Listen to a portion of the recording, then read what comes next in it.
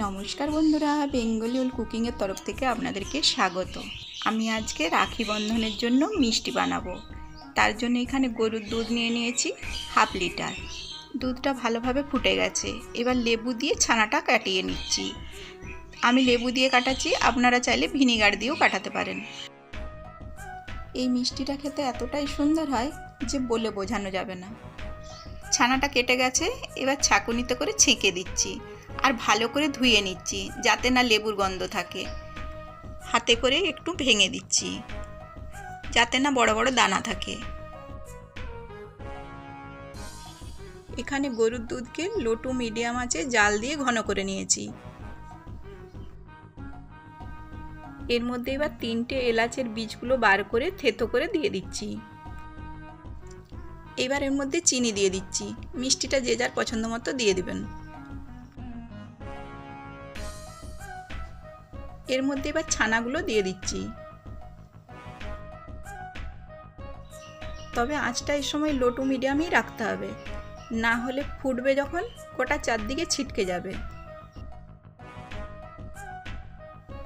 এইভাবেই নাড়তে থাকবো, নাড়া বন্ধ করে দিলে নিচে লেগে যাবে। তবে হাত ব্যথা হতে পারে, কিন্তু ভালো জিনিস খেতে গেলে তো একটু কষ্ট করতেই হবে।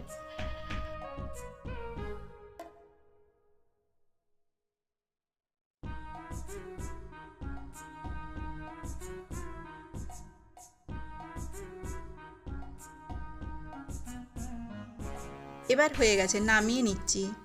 নামিয়ে হালকা গরম আছে। এবার এগুলোকে মিষ্টি তৈরি করে নিচ্ছি। হাতে করে আগে একটু গোল করে নিচ্ছি। এই দেখুন, এইভাবে কোনো ফাটা চিহ্ন যেন না থাকে। আরও একটা বানিয়ে দেখাচ্ছি। এইভাবে আগে ট্যাপ করে এবার গোল করে পাকিয়ে নিতে হবে। এটাও হয়ে গেছে। এইভাবে সবগুলো তৈরি করে নিচ্ছি।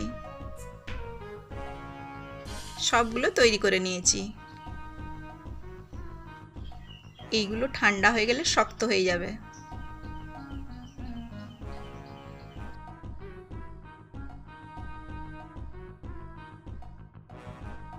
দেখতে কতটা সুন্দর লাগছে। আর একটু সুন্দর লাগার জন্য উপরে একটু রেড ফুড কালার দিয়ে দিচ্ছি আর ইয়েলো ফুড কালার দিয়ে দিচ্ছি। তবে কালার না দেওয়া হলেও খেতে কিন্তু একই রকম থাকবে। দেখতে সুন্দরের জন্য কালারগুলো দিচ্ছি। এর উপরেই এবার কিচমিচ দিয়ে দেবো একটা করে।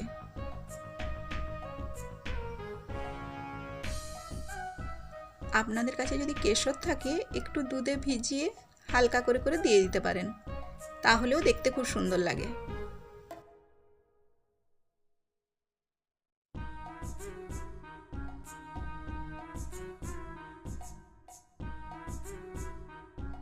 দেখতে সুন্দর যতটা লাগছে, খেতে দারুণ সুস্বাদু।